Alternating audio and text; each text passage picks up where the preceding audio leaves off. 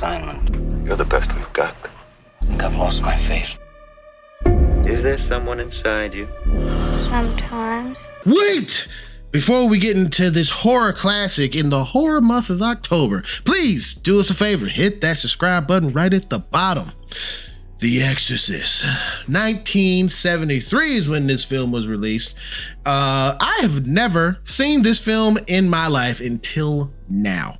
I never saw it to completion until now. So that makes two of us. Today, the new one came out, I believe it's Exorcist Believer. This film follows a mother who is an actress. She has a little girl that's very outgoing, and she loves to draw. And the daughter is acting strange and hearing things. She becomes possessed by some demons. It's a lot of things that came from pop culture because of this little girl's acting.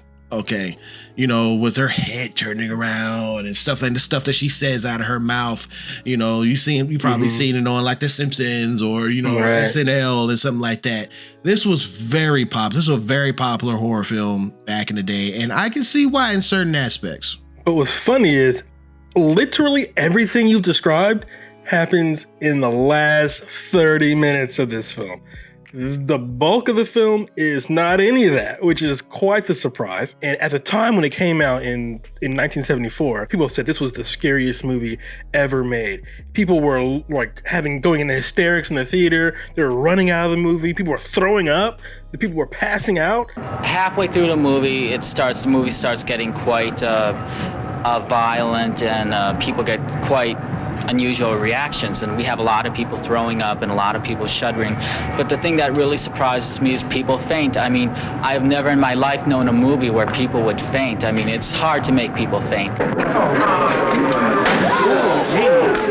There are reports of people having a heart attack in this film, and so this movie over the years had garnered such a reputation for being scary. Now, remember, in 1974, home theater wasn't really a thing, right? If you saw a movie in the theater, that's it. You didn't watch it again on streaming. You didn't watch it again on VHS. So when this movie was re-released in the year 2000, for a lot of people, this was really the second time they'd ever had an opportunity to see the film.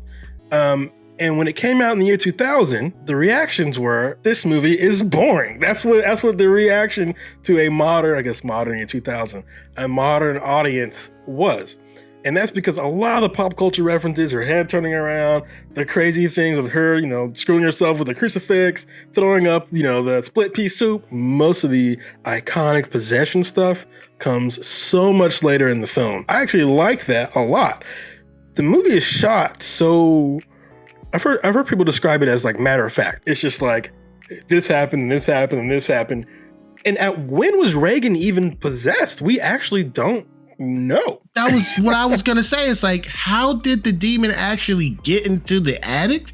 And it's like they brought up where they were in the basement and she was down there doing her coloring and stuff, and then her mother saw the Ouija board. But more importantly, she was playing the Ouija board alone. How do you play the Ouija board alone? And so her mom's like, oh, you're playing it by yourself? And she's like, no, silly. Mr. Howdy's down here with me playing. Captain who? Captain Howdy. Who's Captain Howdy? I make the questions and he does the answers. I'd have been like, let's get the out of here. That whole thing with Mr. Howdy and the Ouija board, more or less like dropped. Like she says that and they never come back. Is that how the demon got into her? I don't know. There's also this breeze that keeps blowing over Reagan's bed. Did the demon come in through the breeze, or was it already in the house, or I don't know. And the movie seems so deeply uninterested in explaining any of that.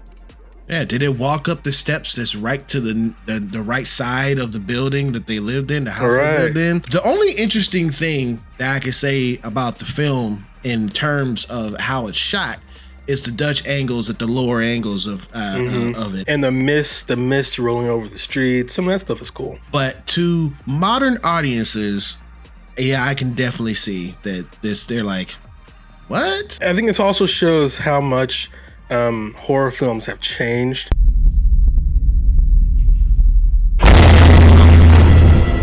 For me, this is what I would consider to be real horror. Like I said, something horrific is happening and you don't know what to do in the situation.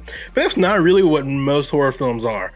Most horror films are like The Nun, where it's just loud, startling sounds. And again, I think being startled and being scared, I think those are two different emotions. This movie is, of course, based on a book.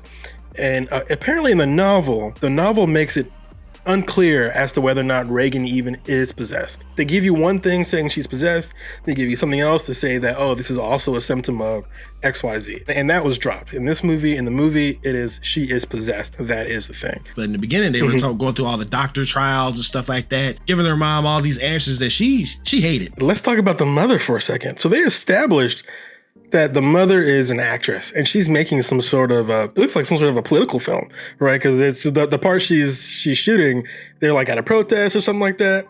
And so I think what the movie's trying to do is they're trying to say that maybe she's got more left-leaning views. She's not particularly religious or anything like that. But after seeing her daughter go through this shit, right? She tries every channel that she can think of to try and cure her daughter. She goes to this doctor, no answers. This doctor, no answers. Psychiatrist, no answers. Try this procedure, no answers. So you can tell she has tried everything that she knows. And by the time she gets to, let's try an exorcism, she has, used every outlet, every idea that she's got. And she's doing something so far out from where she believes personally. She's not even sure if this is even going to work, but it's just something that she has not tried. And it's not something that would have come to her because she's not a particularly religious person. And I like that a lot. You know what? One thing I noticed about the film though? Everybody smokes cigarettes. Yeah, it's the 70s, man. Reagan comes out of surgery and the doctor's like, yeah, I don't know. I don't know. What could be wrong with her? And they have a round table full of doctors and they're all trying to figure out what's going on. They're like, Yeah, it's like you guys are gonna definitely see what the problem is. Y'all keep on smoking them cigarettes. Y'all gonna meet the problem face to face, and you don't want to. Next, they're gonna start pouring some Jack in the hospital. I'm like, tried everything we could. We gotta figure this thing out and put our heads together. Can you give me some more cognac, please, in the cup? Hey, no ice. But the parts of the movie that I liked the most actually weren't a lot of the horror elements, right? There are some stuff that are, the iconic stuff, where she's fully possessed and her face is all messed up and her teeth are bad, Some of that stuff is very, very interesting. But the moment that I knew that this movie was something that I really liked was when Regan was at the hospital and she was getting all these tests done on her, and they tried to put something in her neck, and it started just spraying blood. And I was like, oh, it's awful. And the mother sitting there watching her daughter with blood spraying out of her neck. And the mother's like, yeah, gotta try everything. I was like, she's going through everything. To me, that felt more horrific than some of the other stuff. Yeah, seeing a mother have to go through all of this, her child going through this and she doesn't know what's going on. And all the professionals don't know either. Yeah, you got incompetent house workers that just leave her alone up in there and stuff like that. You left her alone with the window open? No, that didn't happen. Although there was some slapping going on. Reagan slapped the shit out of her mother. She was like, ah! And the mom went flying. From what I understand, this director, it's the 70s now, okay? It's the 70s. None of this stuff would be happening today. This director liked to keep the cast on their feet, to keep them on edge and keep them nervous. He would randomly shoot guns. He also liked to stimulate the actors. That was what his feeling was. So he would sometimes shoot off a gun or something when he wanted someone to look startled. And that's really what pissed me off. There's a scene, I saw this little documentary thing about this film where the priest, his hand was really shaky, but apparently that wasn't acting. The director kept making loud noises behind him and his nerves were just shot. So in that scene where Reagan slaps her mother and she goes flying, they practiced that scene, and there's a little cord. You can actually see the wire in the film. There's a little cord where someone has to pull the cord and the mom goes flying back, right? But for the shot that actually made it into the video, into the movie, the director told the grip who was pulling the cord, said, "Give it to her, pull it hard." And she slams her head against the wall. Boom! And it's like, it's real. And you see me reach for my back. I screamed in horrendous pain. Billy motioned to Owen to tilt the camera down on me. And I was so furious because I couldn't stand that he was willing to just get a quick shot of it before they called the ambulance, you know. Like her shock and horror at being hit so hard was like, she wasn't acting. When I was younger, I had been said, that this is the most scariest thing, demonic thing. You're not going to be able to sleep at night type of movie. And I come out of it like, but I agree with you wholeheartedly that the horror in this is how is she going to get out of this situation? Right. And what is this situation doing to her mother emotionally and physically? And what's also interesting, what actually happened in the end isn't 100% clear. Now, what I think the movie's trying to tell me is that the priest outsmarted the demon, right? He was like, take me, and the demon jumps into his body, and then he throws himself out the window, thus saving Reagan, right? But some people interpret this as the demon winning, that the demon jumped in his body, and then the demon made him jump out the window. And the movie never really is particularly clear on that point, which I personally kind of like. I like that kind of ambiguity. The demon did say that, he said it's a perfect time for exorcism. And then he's like, why? He's like, why? He's like, for us to be together. And then he's like, bring us closer. And he's like, you and Reagan? No, me and you. What an excellent day for an exorcism. It would bring us together. You and Reagan. You and us. And so from what I understand, Exorcist Believer is supposed to be a direct sequel to this.